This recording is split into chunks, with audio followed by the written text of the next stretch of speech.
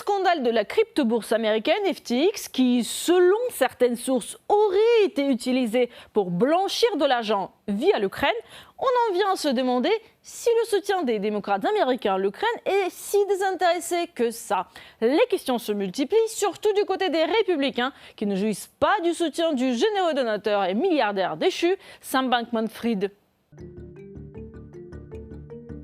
L'ancien milliardaire Sam Bankman-Fried, fondateur de la plateforme d'échange de crypto-monnaies FTX, a versé des millions de dollars aux campagnes du Parti démocrate, au point de devenir l'un des plus grands donateurs du parti, juste derrière George Soros. Mais pourquoi les contribuables américains versent-ils des dizaines de milliards de dollars à l'Ukraine pour qu'elle puisse lutter contre la Russie? Et pourquoi le gouvernement ukrainien est-il impliqué dans cette plateforme d'échange de crypto-monnaies, aujourd'hui en faillite? Nous devons le savoir. Mais voilà, les lecteurs américains aimeraient bien voir venir un jour peut-être un retour sur investissement. Par exemple, une victoire de l'Ukraine sur la Russie de Poutine. Le problème, c'est qu'on en est encore loin et que le narratif officiel du camp du bien commence sérieusement à s'éroder. Pendant ce temps, l'administration Biden commet à plusieurs reprises le péché impardonnable dans une société démocratique qui est de refuser de dire la vérité au peuple américain.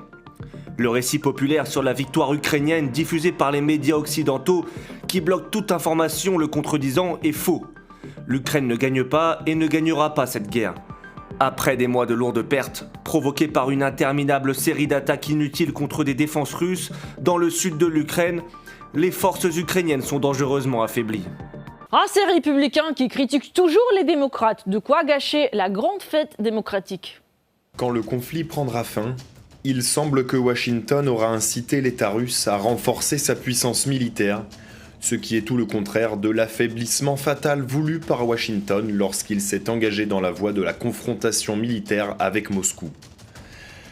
La politique étrangère américaine adoptée par Joe Biden, qui consiste à ne pas faire de prisonniers, signifie que l'issue de la prochaine étape de la guerre en Ukraine ne détruira pas seulement l'État ukrainien.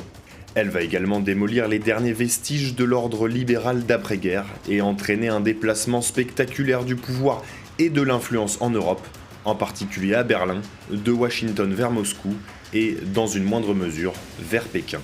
Même le Washington Post reconnaît que la position de l'administration Biden sur le conflit en Ukraine est pour le moins complexe.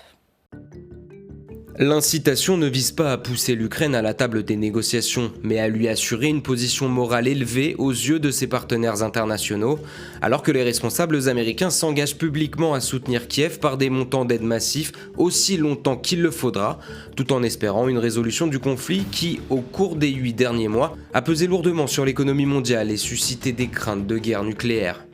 Dans le même temps, l'unité de l'Occident face à l'Ukraine faiblit face à la chute des températures. L'Occident est-il en train de se fatiguer de l'Ukraine? Les États-Unis appellent à des pourparlers pour renforcer le soutien décroissant de l'Ukraine, alors qu'un expert avertit que la guerre et les difficultés économiques du pays sont inextricablement liées. Mais pas de panique, puisqu'aux États-Unis, l'argent pousse sur les arbres.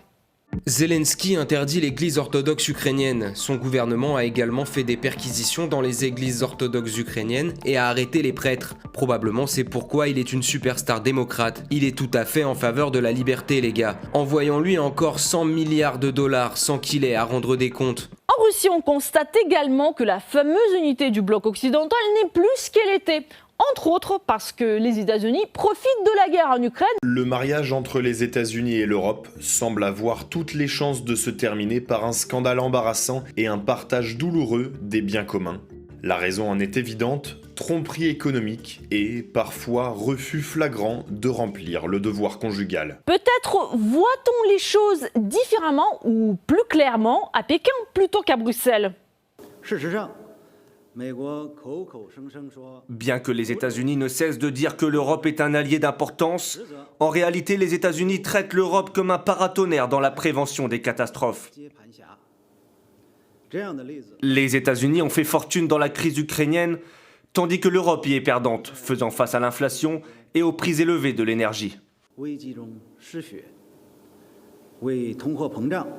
À en croire la première dame ukrainienne, pour rejoindre la famille démocratique européenne, le peuple ukrainien est prêt à endosser sa part de sacrifice, coupure d'électricité, d'eau et de chauffage, inflation, sans parler des hostilités militaires, le tout pendant 2, peut-être 3 ans.